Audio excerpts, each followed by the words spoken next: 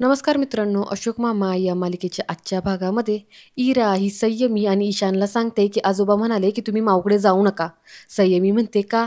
इरा म्हणते की ते मला माहीत नाही, पण ते मला म्हणाले की मी लवकरच घरी येईल. संयमी म्हणते की बरोबरच आहे ना, त्यांना माऊ आवडत नाही, मग त्यांची हेल्प घेतलेली त्यांना कसे आवडेल. ईशान म्हणतो, इरा तू ना त्यांना फोनच करायला नको होता. इरा म्हणते का? ईशान म्हणतो, "अगं ते म्हणतील की एवढा स्ट्रॉंग बॉय घरात असताना तुम्ही घाबरल्या." संयमी म्हणते, "ओ म्हणजे आम्ही घाबरलो, तू नाही घाबरलास का?" ईशान म्हणतो, "मी कशालाच घाबरत नाही." इरा म्हणते, "हो का? मग मगाशी खाली जायला का बरं घाबरला होता तू?" ईशान म्हणतो, "ते होय, अगं मी खाली गेलो असतो तर तुम्ही दोघीजणी घरात एकट्या, तुम्ही घाबरल्या असत्या, तुमच्यासाठी मी थांबलो." तर इरा म्हणते, "खरंच का?" ईशान म्हणतो, तुम्ही मला चॅलेंज देऊ नका हां." इरा म्हणते, "चल दिलं तुला चॅलेंज, हिंमत असेल ना तर एकटा खाली जाऊन दाखव." ईशान म्हणतो, "ठीक आहे, मी काही कोणाला घाबरत नाही. चल हे बघ मी तुला जाऊन दाखवतो." असं म्हणत तो दरवाजाजवळ येतो आणि दरवाजा उघडतो तर समोर फुलराणी असते. ईशान म्हणतो, की "फ्लॉवर आंटी, अगं तू, तू येणार नव्हतीस ना?" फुलराणी म्हणते, की "तुम्ही घरात एकटेत ना म्हणून आलो." "मामा कुठे गेले?" ईशान म्हणतो, की "ते ना बाहेर इंटरव्ह्यूसाठी गेलेत." "अगं पण तुला एवढा घाम का आलाय?" फुलराणी ही घाम पुसतच म्हणते, की "ते जिना चढत पटपट आलो ना त्याच्यामुळं घाम आला." संयमी म्हणते, "अगं फुलराणी आंटी, तुला आम्ही किती फोन करतो तर तू फोन का उचलत नव्हतीस?" फुलराणी म्हणते, "अगं सायलेंटवर असेल ना म्हणून कळालं नाही." असं म्हणत ती आत जायला लागते तर इरा तिला अडवते आणि म्हणते, की "फुलराणी आंटी, तू नक्की ठीक आहेस ना?" फुलराणी म्हणते, की "मी ठीक आहे बाळा, मला काय झालंय? मी तुमच्यासाठी ना मेथीचे पराठे करून आणतो." असं म्हणत ती किचनमध्ये जायला लागते तर दरवाजा कोणीतरी जोरजोरात बाहेरून ठोकत असतं. ते ऐकून सगळेजण घाबरतात. इकडे भैरवी अनिशला म्हणते, की "हे बघ, मी तुला कोणत्याही प्रकारचा फोर्स करत नाहीये. माझं म्हणणं एवढंच आहे, की तू या गोष्टीवरती जरा नीट विचार कर." अनिश म्हणतो, की "तोच विचार करतोय मी आणि तुझं इंटेन्शनही काही चुकीचं असेल असं मला वाटत नाही. फक्त मला एकच कळत नाहीये, की तू एक्झॅक्टली करणार काय आहेस ते." भैरवी म्हणते, की "हे बघ, मी जे काही करेल ना, ते मुलांच्या भविष्यासाठी चांगलंच असेल.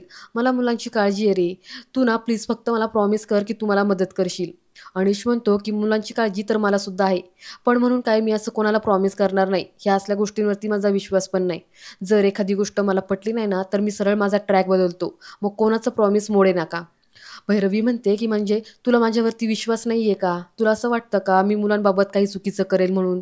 तर अनिश म्हणतो, की "हे बघ, आपली जी काही ओळख आहे ना, ती दादाच्या लग्नात झाली होती तेवढीच. त्यानंतर यावरती बरीच वर्ष झाली आणि तुझ्याबद्दल पण मला बरंच ऐकायला मिळालं." भैरवी म्हणते, की "1 मिनिट व्हॉट? माझी रिलेशनशिप होती ते?" अनिश म्हणतो, की "जाऊ दे ना, मला त्यामध्ये पडायचंच नाहीये. मला फक्त एवढंच सांगायचं आहे, की आपला काही फार संबंध येणार नाही." भैरवी म्हणते, की "हे बघ, ऐक, तुला जर काही प्रॉब्लेम असेल ना." तर अनिश तिला अडवतच म्हणतो, की "प्रॉब्लेम हा आहे, की मी माझ्या वडिलांना चांगल्या प्रकारे ओळखतो आणि मुलं आता त्यांच्यासोबत आहे, त्यामुळे ते काय फील करत असतील ना, हे पण मी चांगलंच ओळखतो. पण म्हणून मुलांनी तुझ्याकडे राहावं असंही मला वाटत नाही." भैरवी म्हणते, की "मग मुलांनी जर तुझ्याकडे राहिलं तर?" त्यानंतर सीन चेंज होतो. इकडे फुलराणी दरवाजा उघडते तर फुलराणीचा नवरा हा दारू पिऊन आलेला असतो. तो फुलराणीला मोठमोठ्याने ओरडत असतो, की फुलराणी, फुलराणी" असं म्हणत तिचा हात पकडतो. तर इकडे ईशान आणि इरा हे दोघंजणं संयमीला मिठी मारून रडत असतात. फुलराणी म्हणते, की "हे बघ, पोरांसमोर तमाशा घालू नकोस. मी नंतर येतो घरी." तिचा नवरा परशुराम म्हणतो, की "मी घालणार तमाशा. चल माझ्यासोबत." असं म्हणत तिचा हात पकडतो आणि तिला तिथून ओढत घेऊन जातो. तिच्या पाठीमागे इरा, ईशान, संयमी सुद्धा जातात. इकडे अशोक मामा हे इंटरव्ह्यूसाठी आलेले असतात. पण त्यांना ऑफिस काही सापडत नाही. मग ते याला त्याला ऑफिसचा पत्ता विचारतात, पण कुणीही त्यांना त्याबद्दल माहिती देत नाही. शेवटी अशोक मामा कंटाळून बसतात आणि ऑफिसमध्ये फोन लावून म्हणतात, की "अहो तुमचं ऑफिस नक्की कुठं आहे? किती वेळचं झालं, पण मला पत्ता काही सापडत नाहीये." तिकडून तो माणूस म्हणतो, की "अहो तुम्हाला मी मेल केलाय ना, त्यावरती बघा ना." अशोक मामा मेल पाहतात आणि पुढे ते मोठ्यानेच पत्ता वाचतात. तिकडून तो माणूस म्हणतो, की "अहो तो ॲड्रेस आहे ना, तो Google मॅपवरती टाका ना." अशोक मामा म्हणतात, की "नको ते Google मॅप. त्याच्यावरती टाकलं ना, की सगळं आधी असं लाल-लाल दिसतं. मग ती एक बाई येते, ती म्हणती 1 मिनिट थांबा, 10 मिनिटं थांबा." असं काय-काय बडबडत करत असते. ते नको. तर तिकडून तो माणूस म्हणतो, की "अहो माझगावकर, आपलं हे ऑफिस फूड डिलिव्हरीचं आहे. जर तुम्हाला एक ऑफिसचा पत्ता सापडत नसेल, तर तुम्ही बाकीचे पत्ते काय सापडणार आहात? ऐका, तुम्हाला जर पत्ता सापडला तर या आणि नाही सापडला तर नाही आलात ना तरी चालेल." असं म्हणत तो माणूस फोन कट करतो. इकडे परशुराम हा पुराणीला खाली ओढत घेऊन येतो. तिला शिवीगाळ करत मारहाण करतो. बाकीचे सर्वजण तिथं जमा होऊन पाहत असतात. तेवढ्यात तिथे अनिश येतो. तो पुढे येऊन परशुरामला चांगला चोप देतो. तो पुराणी त्याला अडवतच म्हणते, की "जाऊ द्या, जाऊ द्या, सोडा." परशुराम म्हणतो की माझी बायको आहे, मी काही करीन. अनिश म्हणतो बायको असली म्हणून काय झालं? हात उचलण्याचा अधिकार तुला कुणी दिला? पुढे तो फुलराणीला सुद्धा ओरडतो, काय गे तू फुलराणी, तू एवढी ढॅशिंग बाई आणि अशा ह्या गोष्टींसाठी तू घाबरतेस, तू काय हे सगळं सहन करतेस? परत जर ह्याने असं काही केलं ना तर बघ मी आहे ना ह्याला पोलीस स्टेशनला देईल, नाहीतर थांब मी ना आत्ताच पोलिसांना फोन करतो. तर परशुराम घाबरतो आणि म्हणतो की माफ करा साहेब, मी परत असं काही करणार नाही, मी तिला मारणार नाही. अनिश म्हणतो, "काय रे, उतरली का तुझी? आणि माझी नको माफी मागू, हिची माफी माग. अरे, ही एवढं कष्ट करते, पैसा कमवते, तुझं घर राखते आणि तू तिच्यासोबत असं वागतोस का?" पुढे तो फुलराणी सुद्धा ओरडतो आणि म्हणतो, "काय गं, फुलराणी, तू का सगळं हे सहन करतीस? अगं, अन्याय करणाऱ्यापेक्षा अन्याय सहन करणारा ना, हा जास्त गुन्हेगार असतो." पुढे आणि सोसायटीतील लोकांना म्हणतो, की "काय आणि तुम्ही सगळेजण असं घुम्यागत पाहत बसलात का?" देसाई पुढे येतात आणि म्हणतात, की "मग काय आम्ही याच्यासारखी मारामारी करायला हवी होती?" सातपुते म्हणतात, की "आम्हाला मुलं-बाळं आहेत, त्यांच्यावरती काय परिणाम होईल?" प्रभूवहिनी पुढे येतात आणि म्हणतात, की "हा नेहमीचाच गोंधळ आहे." तर की यांची आई म्हणते, की "ए फुलराणी, तुझी ही जी भांडणं असतील ना, ती तुझ्या घरी मिटवायची, इथे सोसायटीमध्ये चालणार नाहीत." जनार्दन म्हणतो, की "ते काही नाही. ए फुलराणी, ही जी सोसायटी आहे ना, ती सुसंस्कृत लोकांची आहे. खरं तर असल्या लोकांना ना ह्या सोसायटीमध्ये येऊनच दिलं नाही पाहिजे."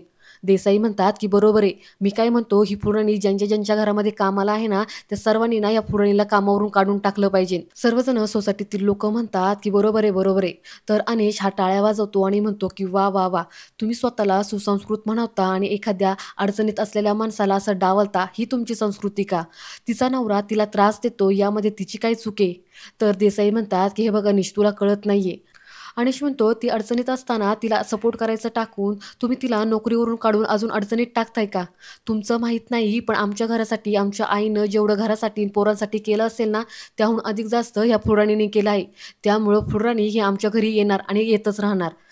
पुढे अनिश परशुरामला म्हणतो, "काय रे तुझं आता का थांबलायस? चल निघायचं इथून आणि पुन्हा या सोसायटीमध्ये दिसायचं नाही, कळलं का?" परशुराम तिथून जातो तर सोसायटीतील लोकंसुद्धा जातात. पुढे फुलराणी ही रडत असते. संयमी, हिरा येतात आणि त्या दोघीजणी तिला समजावतात. अनिश म्हणतो, की "बरं चला आता तुम्ही घरात व्हा." तर त्याच्या लक्षात येतं, की तिथे ईशान नाहीये. तो म्हणतो, की "ईशान कुठे गेला?" सगळेजण ईशानला सापडायला लागतात. इकडे अशोक मामा हे चहा प्यायला येतात. एक कटिंग घेतात. तो चहावाला म्हणतो, की ₹10 हो गया. अशोक मामा म्हणतात, की "ये लो ₹100." चहावाला म्हणतो, की "छुट्टा नहीं है क्या साहब?" अशोक मामा म्हणतात, की "नहीं है छुट्टा." तर चहावाला म्हणतो, की "फिर आप ऑनलाइन कर दो." अशोक मामा म्हणतात, की "वो ऑनलाइन मुझे वापरना नहीं आता." चहावाला म्हणतो, "क्या साहब आपको ऑनलाइन पेमेंट नहीं करना आता? सारी दुनिया अभी ऑनलाइन पेमेंट करती है. चलो रहने दो." अशोक मामा म्हणतात, की "नाही, नाही, मी कोणाचं असं उधार ठेवत नाही." पुढे अशोक मामा एका माणसाला बोलवतात आणि त्याच्याकडून सुट्टे पैसे घेऊन ₹10 चहावाल्याला देतात. इकडे रात्र होऊनही ईशान सापडलेला नसतो. अनिश त्याला इकडे-तिकडे पाहत असतो. तो लोकांना पण म्हणतो, की "तुम्ही ह्या मुलाला कुठे पाहिले का? 10 वर्षाचा आहे." पण कोणीच त्याला कुठे पाहिल्याचं सांगत नाही. तर घरी ईशानची सगळेजण वाट पाहत असतात. इरा संयमीला म्हणते, की "ताई, मी आजोबांना फोन करून सांगू का?" संयमी म्हणते, की "नको, त्यांना वाटेल आपण त्यांना सतत त्रास देतोय." तर फुलराणी ही खाली बसून रडत असते. संयमी म्हणते, की "अगं फुलराणी आंटी, तू कशाला रडतीयेस?" पुराणी म्हणते, "हे जे सगळं झालं ना, ते फक्त माझ्यामुळं झालं. आमचे हे दारू पिऊन इथं येऊन धिंगाणा घातला नसता ना, तर अनिशदादांनी सुद्धा त्यांना मारलं नसतं. सोसायटीमध्ये एवढा तमाशा झाला नसता. त्यांना पाहूनच ईशान बाबा हा घाबरला आणि निघून गेला. हे सगळं जे झालं ना, ते माझ्यामुळं झालं." असं म्हणत पुराणी ही रडू लागते. तर इकडे ईश्वर काका आणि रियांश हे बाहेरून आलेली असतात. अनिश तिथे येतो आणि म्हणतो, की "रियांश, बरं झालं तू मला भेटलास." ईश्वर काका अनिशला पाहून खुश होतात आणि म्हणतात, "तू कधी आलास? अरे तू भेटलास का अशोकला?" तर अनिश म्हणतो, की "मी ना ते तुम्हाला नंतर सांगतोय. आत्ता जरा अर्जंट आहे काम आहे. चल रे रियांश, तू गाडी चालू कर." असं म्हणत तो गाडीवरती बसतो आणि तिथून जातात.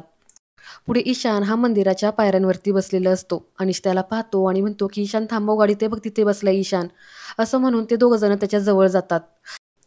तर ईशान हा अनिशला घट्ट मिठी मारतो. अनिश म्हणतो, "अरे ईशान, तू असा एकटा इकडे का निघून आलास? इथं का बसलास?" ईशान म्हणतो, की "काका, मला ना अमित आणि पल्लवीची फार आठवण येते रे. मला ते दोघं जण हवेत. नाहीतर मी त्यांच्याकडे जाऊ का? मला ना गॉड युनिव्हर्समध्ये कसं जायचं हा रस्ता माहीत नव्हता. त्यामुळं मी इथं रस्ता सापडत-सापडत इथं मंदिराच्या पायऱ्यांवर बसलोय." रियांश म्हणतो, की "ए चाम, अरे असं नाही होत." ईशान म्हणतो, "का नाही होत? मला ते दोघं जण हवेत." पुढे ईशान म्हणतो, की "काका, अरे मला खूप भीती वाटते रे. ही सगळी मारामारी करतात, भांडतात, रडतात. हे मला अजिबात आवडत नाही. आणि घरामध्ये तर संयमी ताई, इरा, मी आणि फुलराणी आंटीच असतो." अनिश म्हणतो, की "आणि बाबा कुठे असतात मग?" ईशान म्हणतो, की "ते मोठेत रे, ते आमच्यासाठी खूप काही करतात. मी जर त्यांना असं काही सांगितलं ना, तर ते पल्लवीला अजिबात आवडणार नाही आणि मित्रांना जर सांगितलं ना, मला भीती वाटते, तर ते मला फट्टू-फट्टू म्हणून चिडवतील. मला कोणासोबत काही बोलता पण येत नाही. मला इथं राहायलासुद्धा आवडत नाही." अनिश म्हणतो, की "मी आहे ना, तर आपण सगळं काही नीट करूयात." पुढे तो म्हणतो, की "चल, तू ना आता रियांसोबत घरी जा. मी नंतर तुला भेटेल." तर ईशान म्हणतो, की "अरे काका, तू आत्ताच चल ना आमच्यासोबत." अनिश म्हणतो, की "नाही, मी आत्ता माझं सामान घेऊन आलेलो नाहीये. मी ज्यावेळेस सामान घेऊन येईल ना, त्यावेळेस तुमच्यासोबतच राहील. आता जा, पण एक प्रॉमिस कर, तू इथून पुढे असं कधीही निघून जाणार नाहीस." तर ईशान त्याला प्रॉमिस करतो आणि आजचा भाग इथेच संपतो. पुढील भाग पाहण्यासाठी चॅनलला सबस्क्राईब करा. धन्यवाद.